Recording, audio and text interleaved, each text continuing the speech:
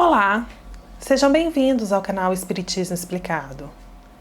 Eu sou Eliane Alencar e estou aqui para mais um vídeo com as mensagens psicografadas.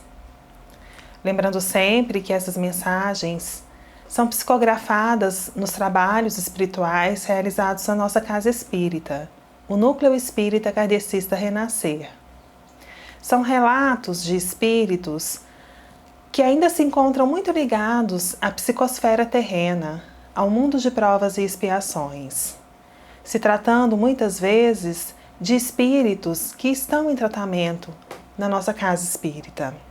A história de hoje foi psicografada por mim no dia 4 de novembro de 2021 e ela começa assim. Fui levada da casa de minha família por um velho mercador, ainda muito pequena. Passei a infância em seu casebre à beira da estrada. Com cerca de 9 anos, o velho me levou para a casa do padre Anselmo, que convenceu a todos que eu era sua parenta órfã. Nos primeiros anos na casa do padre, eu apenas ajudava nas tarefas domésticas. Os criados, as demais pessoas que frequentavam a casa e até o próprio pároco pensavam que eu era muda, já que me mantinha em silêncio o tempo todo. Havia comida suficiente e eu me alimentava bem. Meu corpo se desenvolveu e fui me tornando mulher. Certo dia, Anselmo me informou que eu seria levada para uma casa distante e me mandou acompanhar a criada. Ela era uma criatura estranha, já idosa, manca, com a boca quase sem dentes e o rosto marcado por uma cicatriz. Ainda assim, me pareceu que fora bela em sua juventude. A mulher me olhava com desprezo e falava impropérios sem se preocupar comigo. Anos depois, eu soube que ela também sofrera os mesmos abusos que eu. Na primeira noite, a velha criada ordenou que eu me limpasse e cobrisse meu corpo apenas com um lençol. Levou-me até um corredor, deu-me uma bebida com cheiro forte e mandou esperar do lado de fora. Passados alguns instantes, ela me fez entrar. No salão havia cerca de 6 homens despidos, sentados em grandes almofadas sobre os bancos de mármore. Algumas mulheres e 2 homens jovens com os rostos pintados e grotescamente vestidos como mulheres, servia-lhes bebidas e comidas. Às vezes alguém fazia algum sinal e elas começavam a mexer os quadris de maneira exótica. O padre Anselmo se levantou e, depois de proferir algumas palavras em outra língua, todos ficaram quietos. Jamais esqueci seus olhos vidrados, a expressão insana e diabólica. Lembro-me como se tudo acontecesse em câmera lenta. Ele veio até mim, me puxou pelos cabelos e me violentou. Eu não sabia o que estava acontecendo. Foi tudo tão inusitado e surpreendente que não ofereci nenhuma resistência. Apenas fiquei imóvel e muda. Os demais homens o seguiram, repetindo a violência até eu cair desmaiada. Quando acordei, estava sozinha em um quarto minúsculo. A mulher desdentada, que me levou até Anselmo, apareceu mancando como de costume e trouxe uma bacia com água morna, ervas e sal para que eu me lavasse. E também um mingau de aveia que aceitei. Pela minha fome, calculei que passara algum tempo desacordada. Permaneci no quarto isolada. Dormia e acordava, sem saber se sonhava ou se minha realidade era aquele pesadelo.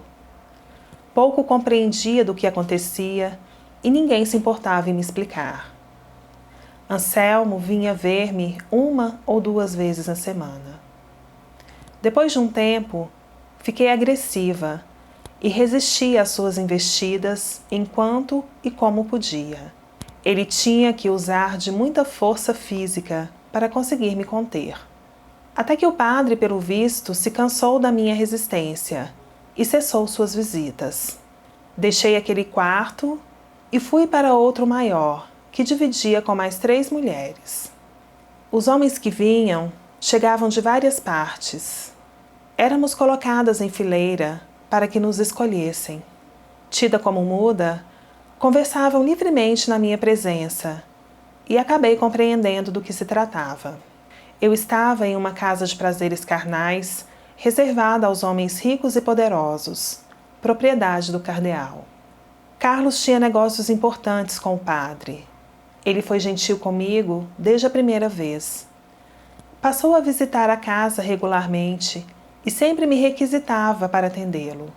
Tratava-me quase com suavidade, chamando-me de sua menina. Me pediu para ser dócil e eu assenti. Passei a ter uma certa afeição por ele. Certa manhã, acordei enjoada, e os enjoos se repetiram nas manhãs seguintes. Minhas regras não vieram e comecei a engordar. As companheiras de quarto perceberam que se tratava de uma gravidez e, temendo que matassem a mim e a criança, se dispuseram a me ajudar, escondendo meu estado. Nos últimos meses de gestação, fingi estar doente. Carlos pediu que me deixassem descansar até meu restabelecimento. Assim, consegui levar a gravidez ao término e minha filha nasceu. O inverno chegou trazendo as tempestades rigorosas e as coisas se complicaram entre o governador e o cardeal. Por algum tempo, as mulheres da casa foram deixadas em paz. Pude ficar com minha filha sem que ninguém se importasse. A criança era calma e silenciosa como eu. Parecia se envergonhar da própria existência. Raramente chorava e, quando o fazia, era um choro contido. Até que as coisas se acalmaram e voltaram ao normal. O cardeal conseguiu se livrar das acusações do governador e retomou os seus negócios. Carlos apareceu solicitando a minha companhia. Mas eu não mais correspondia aos seus carinhos como antes. Agora eu tinha nojo do seu contato e ele percebeu a mudança. Reparou no meu corpo com as formas mais arredondadas e sem o vigor da juventude. Mandou que eu ficasse isolada em uma cela. Minhas companheiras de quarto me trouxeram a criança escondido.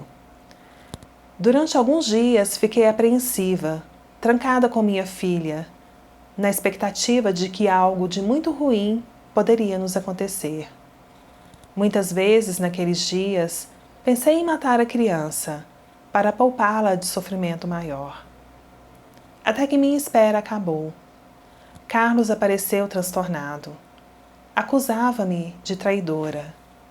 Disseram a ele que a criança era filha de Anselmo, por isso ainda estávamos vivas. Me bateu furioso até que eu saísse da minha condição de mudez, tentando explicar a ele que eu não tive escolha. Nunca me deram escolha. Ele se enfureceu ainda mais e me acusou de ter enganado a todos fingindo falsa mudez. Descontrolado, me amarrou junto à filha, fechou a porta da cela e saiu. Fiquei agarrada à criança, sem saber o que nos aconteceria. Na melhor das hipóteses, morreríamos ali. Não muito tempo se passou e Carlos voltou com uma tocha acesa na mão. Colocou o fogo sobre o meu rosto e disse que, já que eu não era muda, eu ficaria cega. Mas antes, sacou uma faca da cintura e cortou a cabeça da criança com um único golpe, impiedosamente. Ele aqueceu um pequeno bastão de metal no fogo e perfurou meus olhos. Perdi os sentidos.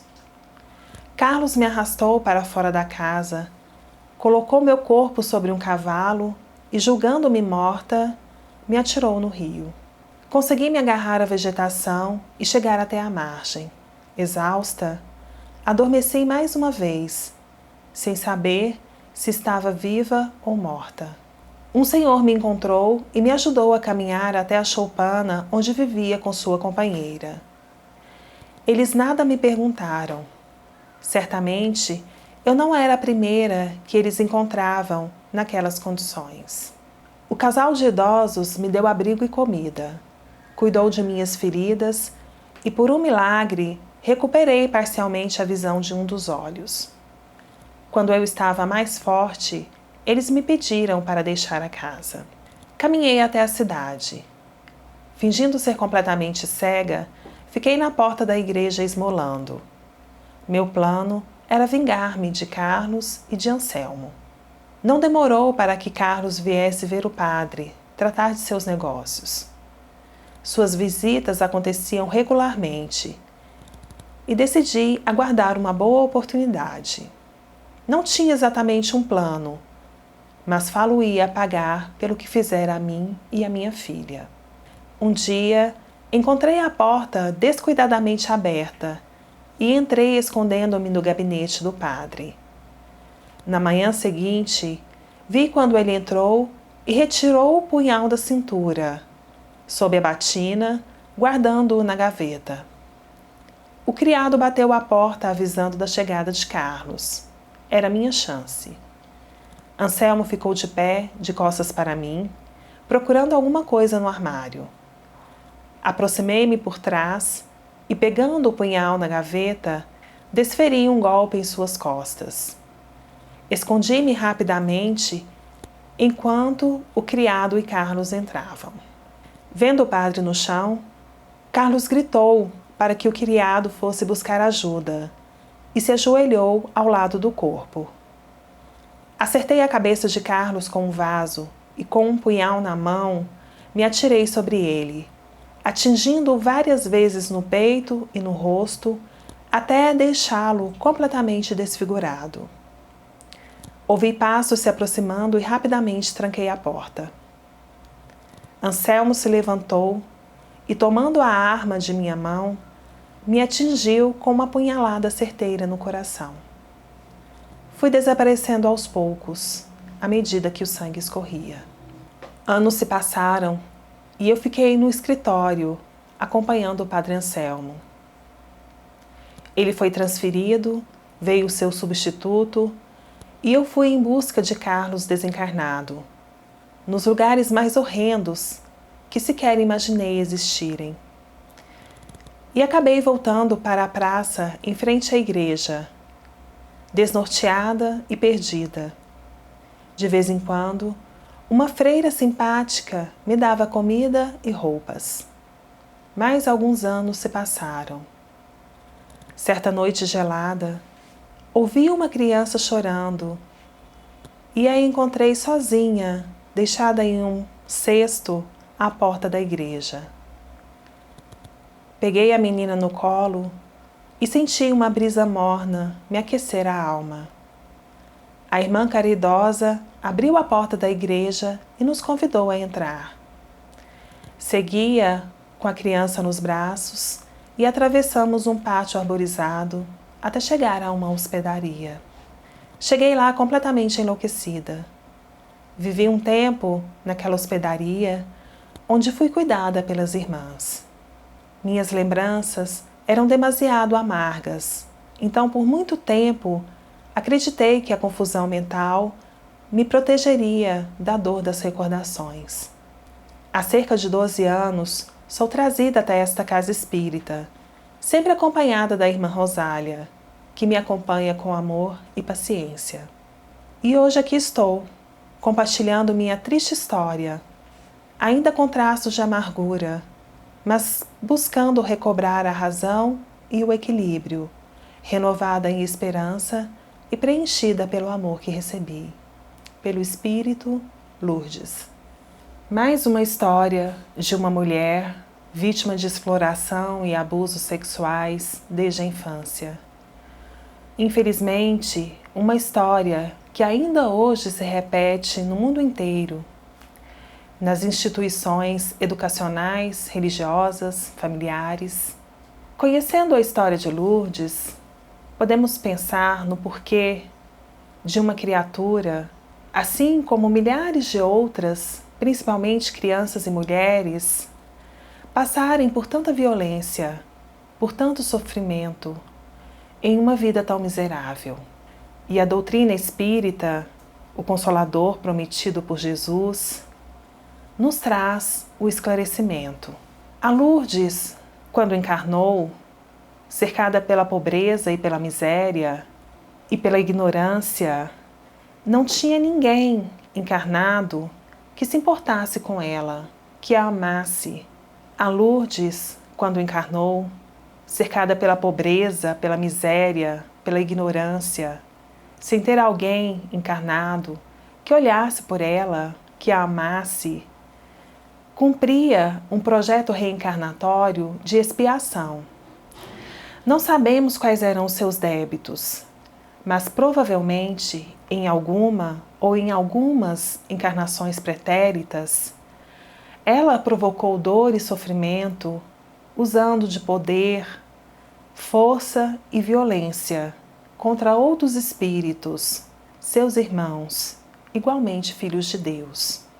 Deus, que é soberanamente justo, não age diretamente na vida e no destino de seus filhos como um rigoroso juiz sentenciador.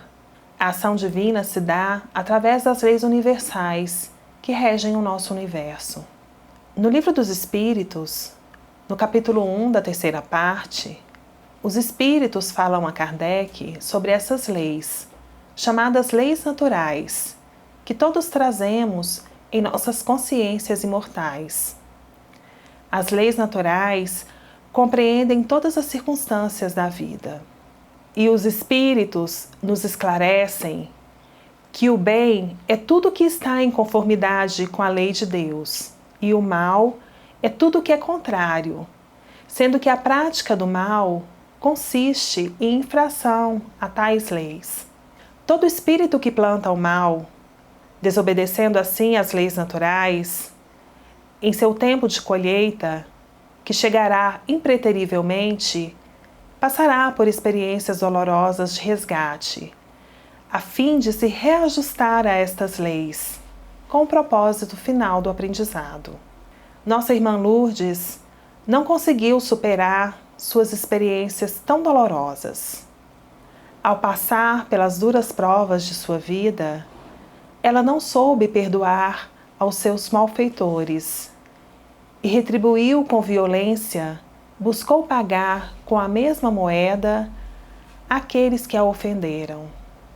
Embora ela não tivesse ninguém, nenhum ser encarnado que olhasse por ela, nenhuma criatura no mundo está completamente só, condenada ao abandono. Todos nós temos alguém, um espírito protetor, nosso anjo da guarda, que nos acompanha em nossas provas. E Lourdes encontra sua benfeitora, que aparece para ela como uma freira, que ela encontra na porta da igreja depois de anos desencarnada, ainda presa aos seus traumas e ao seu desejo de vingança. Ela é despertada pela recordação do amor que sentia por sua filha, o único ser que ela amou. Foi um momento de amor, uma faísca de amor que reacendeu em seu coração, que permitiu que seu pensamento se elevasse por alguns instantes. Quando ela se desvinculou dos pensamentos de ódio, do desejo de vingança e se tornou permeável à assistência espiritual de sua benfeitora. E pela misericórdia divina que age através de suas criaturas, encarnadas ou fora do corpo físico, Lourdes foi socorrida, acolhida no plano espiritual e cuidada. Mas ela guarda as lembranças dolorosas que constituem traumas difíceis de serem superados. Mesmo em uma colônia de auxílio no plano espiritual, recebendo tratamento, ela não consegue lidar, ela não consegue se harmonizar com seu conteúdo mental e se refugia em seu desequilíbrio. A perda da razão constitui para ela uma zona de conforto. Então, ela é trazida para o plano físico para receber tratamento em um centro espírita, no nosso centro espírita. Tratamento este que objetiva a sua reorganização mental, para que ela se reequilibre, recuperando a razão e a capacidade de lidar com seus traumas, com seu conteúdo mental traumatizado. E sua recuperação completa apenas se dará quando ela conseguir se libertar de seus traumas, de suas lembranças de dor, através do perdão. A cura só se dará quando ela perdoar os seus agressores. Que Jesus, nosso Mestre, auxilie nossa irmã Lourdes, que ela possa compreender e aceitar sua mensagem, colocando em prática os seus ensinamentos de perdão e de amor, e que Deus, em sua infinita misericórdia, permita que ela se regenere, não apenas pelos processos dolorosos de resgate, mas pelos caminhos do amor, o amor que cobre a multidão dos pecados, sempre. Muito bem, meus amigos, essa foi a nossa história de hoje. Se você gostou, curta o nosso vídeo, compartilhe com os amigos. Se você ainda não se inscreveu, eu peço que por favor se inscreva, ajudando o nosso canal a crescer e a divulgar o conhecimento espírita.